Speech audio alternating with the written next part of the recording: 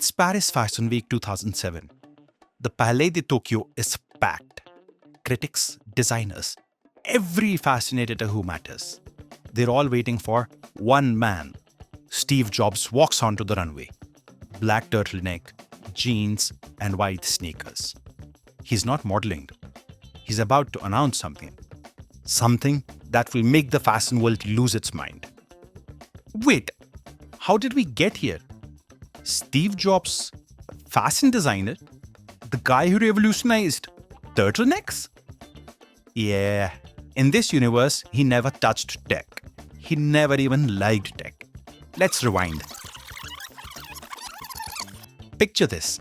It's 1976. Steve Jobs is 21 years old. He's in Italy, studying at the Polimoda Fashion Institute in Florence. Not building computers, building a fashion philosophy. But why fashion? Because Steve's real genius was never about technology. It was about removing everything until only the essential remains. And what's more cluttered than a closet? Steve looked at people spending 20 minutes every morning choosing outfits, and he saw chaos. Too many choices, too much noise, not enough clarity. He didn't want to make fashion. He wanted to delete it. But here's what nobody knew. Steve's mom died when he was 20, right before fashion school. He had to clean out her closet. 347 items. Dresses, coats, scarves, shoes. She wore the same 7 things. The rest? Tags still on. Never worn. Just there. Steve stood in that closet for 3 hours. And something broke in him. All this stuff. All these decisions we never made. All this wasted time and space and mental energy. He decided right there. This is the problem I am solving.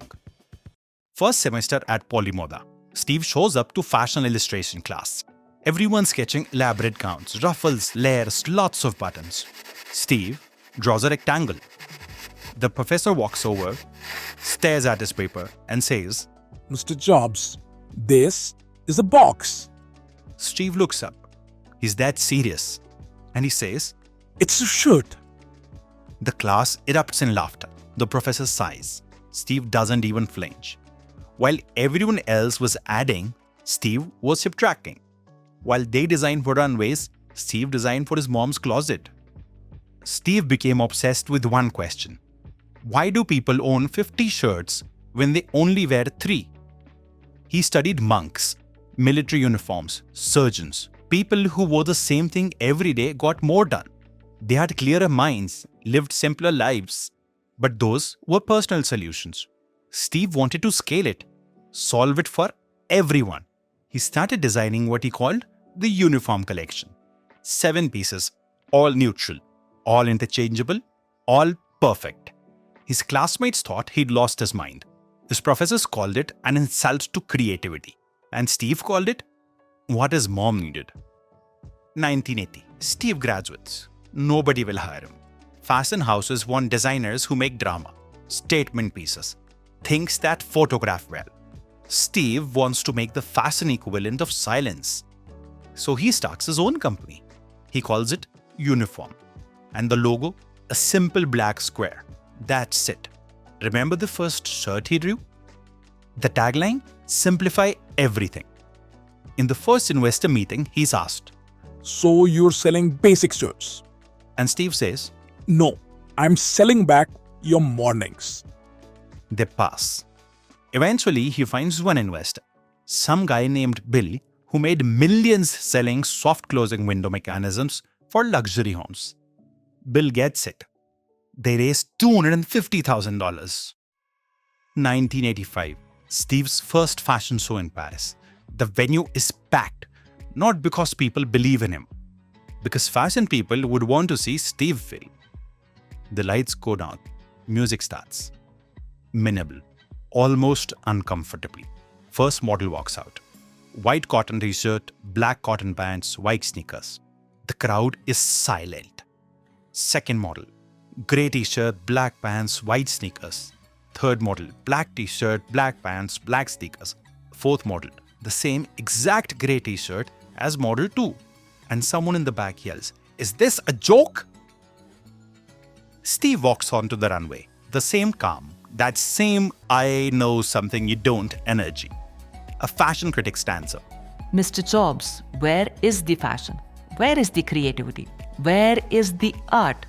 Steve stops, looks directly at her, and he says, You're wearing it wrong. the room explodes. Half of the crowd is laughing, half is furious. Steve continues. You think fashion is about more choices? I think it's about better choices. 7 pieces, every combination works. 0 decisions, maximum life. He walks off stage, and the fashion industry loses its collective mind. The reviews are savage. Jobs doesn't understand fashion. This is the death of personal expression. Uniform is trying to turn humans into robots, but the collection sells out in 3 days. Not to fashion people, to surgeons, architects, professors, artists, parents. People who want to think about their work, their kids, their life, not their wardrobe. Steve's first collection makes $2 million. And by 1990, Uniform is doing $40 million a year. But here's where it gets weird. 1990. The board calls a meeting. Steve, we need to talk about growth. They show him the plan. A binder. Thick. 400 SKUs, patterns, floral prints, seasonal collections, designer collaborations, accessories, belts, bags, hats, scarves. We need to become a real fashion brand, Steve. Steve goes pale. No, absolutely not. The board is confused. Steve, growth requires expansion. It's basic business. This is how every successful brand scales. Steve stands up. Expansion is complexity.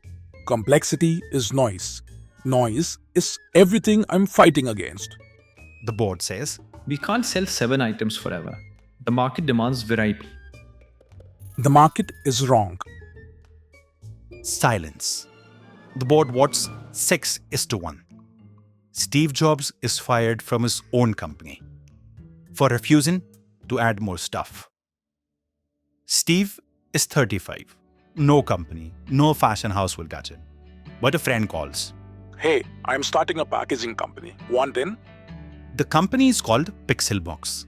They make luxury gift boxes wrapped in paper and bows. Steve sees the same problem. Gift wrapping is chaos. Too many patterns, too much tape, too much waste. He designs a box system. One fold, no tape, no ribbon needed. Minimalist craft paper. One perfect crease. It opens like a bloom. But here's the genius part. The box unfolds flat to become a donation bag. You put your old clothes in it, send them back. Pixelbox partners with charities. The box isn't packaging. It's a circular system. By 1996, Pixelbox does $80 million in revenue. Every luxury brand wants their boxes. Steve owns 50%. 1997, Uniform is dying. After Steve left, they added everything. 400 products, patterns, seasonal lines, holiday collections. Revenue is down 80%. The simplicity is gone. It's just another fashion brand now. The board calls Steve. We made a mistake. Come back. Steve walks into the office. They hand him a Pixel box. He opens it. Letters. Thousands of them. One from a cancer patient. Getting dressed was agony. Your 7 pieces gave me dignity when I had nothing else. Second, single parent. I get 30 more minutes with my kids every morning because I'm not staring at my closet.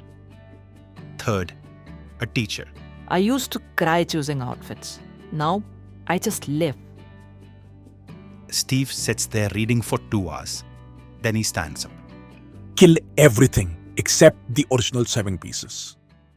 Within 18 months, Uniform is profitable again. Revenue $200 million. Steve partners with Pixelbox. Every Uniform purchase comes in a Pixel box that becomes a donation bag. He partners with Build's company, Soft Frame. They build Uniform stores with the smoothest soft closing doors in the world. Walking in feels like entering a chapel. Next partner, Ice Tech, the company that revolutionized ice-breaking machines for luxury ads, starts making Uniform's minimal hangers. The whole alternate universe is converging around one idea: simplify everything. And Steve has one more move. Paris Fashion Week 2007, the moment we started it. But this isn't a fashion show. This is a keynote. Steve walks out, same turtleneck, same jeans, same energy. Today we are introducing three things. The screen behind him lights up. First, Uniform 2.0. Now available in space gray. A model walks out in the new color. It's slightly different gray. Applause. Some people are laughing, some are deadly serious. Second, a white turtleneck is now 23% whiter. We've perfected white. More applause. Third, on a blackest black t-shirt, the uniform logo is now visible, even in total darkness. Revolutionary. He pauses. But there's one more thing. The crowd leans in. 17 countries have officially adopted uniform as standard dress. The screen shows a map. France, Japan, Netherlands, Norway, Sweden, Denmark, New Zealand. Government workers, teachers, healthcare professionals. Over 40 million people. The fashion critics are standing now. Some are yelling, some are applauding. Steve continues. We've solved fashion. Now we're solving everything else. The screen changes. Uniform furniture, uniform cars, uniform homes. One chair design, one car design, one floor plan. Simplify everything. The crowd is losing it. This is insane. This is brilliant. This is terrifying. And Steve walks off stage. 5 million people pre-ordered Uniform 2.0 that night. And here's the thing about Steve Jobs. He had one operating system. Delete until only the essential remains. In this universe, he applied it to the most universal human activity: getting dressed. 2.3 billion people wearing 7 pieces. Global clothing production down by 60%. Less waste, less pollution, less fast fashion. People getting back 20 minutes every morning. Mental energy freed up. Decision fatigue eliminated. And now, governments adopting it. Entire countries simplifying. Simplify everything wasn't a slogan. It was a prophecy. Sometimes the most revolutionary thing you can do isn't add technology. It's remove everything that doesn't matter. So here's a question. What if genius isn't about what you create, but what you eliminate? Steve Jobs had one philosophy that worked on everything. Fashion, packaging, countries. The tool changes, the philosophy doesn't. What if the people we know lived completely different lives? That's parallel lives. So subscribe to Parallel Lives if this broke your brain in the best way. And comment what celebrity would you like to see in the parallel universe next. And remember, as Steve said, you might be wearing it wrong,